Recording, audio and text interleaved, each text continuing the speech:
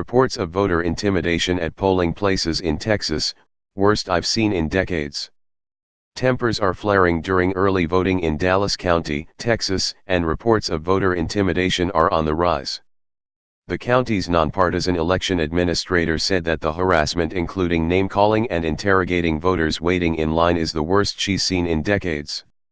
"I've been here for 30 years, and this harassment that's going on, I haven't ever seen the likes of this," said Tony Pippenspool, the county's election director. "I've seen some other things, props being used and whatnot, but nothing like this type of mentality or aggressiveness or demeaning type of actions." At the Lakeside Activity Center in Mesquite, Texas, election administrators received complaints of a partisan poll watcher looking over voters' shoulders as they cast their ballots and questioning voters on their politics. The person was later escorted out by Mesquite Police Department officers on Monday after refusing to leave the premises, according to Pippenspool. Texas law requires that any form of electioneering, including passing out political literature or advocating for or against candidates or issues, can only occur more than 100 feet outside a polling location. Within that distance, poll workers can kick people out for causing a disturbance. When the nuisance is farther away, Pippenspool instructs her poll workers to call law enforcement. Poll greeters at Dallas Lockwood Library reported being harassed and verbally abused and described a person with a bullhorn driving by yelling about baby killers, according to a tweet by the Texas Civil Rights Project, an organization tracking voting-related issues in the state. Despite notifying law enforcement, Pippenspool said the person has not been identified and the reports of harassment are ongoing.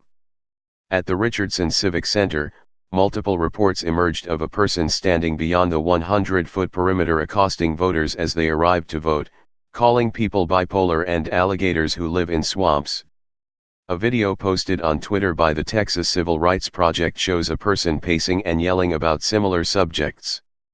There is currently no evidence to suggest that the incidents reported in Dallas County have blocked voters from casting a ballot. When harassment occurs, however, it can be particularly discouraging for those inexperienced with voting, said Calvin Gilson, a professor of political science at Southern Methodist University. If you are a first-time voter, say a young voter or a minority voter, a newly enfranchised Hispanic citizen voting for the first time, and you have some aggressive white guy yelling at you as you walk in, it might have a negative effect. "It's meant to dissuade people from voting," Gilson said. The Secretary of State's office has been in regular contact with Dallas County election officials regarding issues of harassment and intimidation, according to Sam Taylor, the office's communications director. In written statement sent to ProPublica, Rolando Pablos, Texas Secretary of State, said everyone should continue to treat their fellow Texans with dignity whether inside or outside a polling location.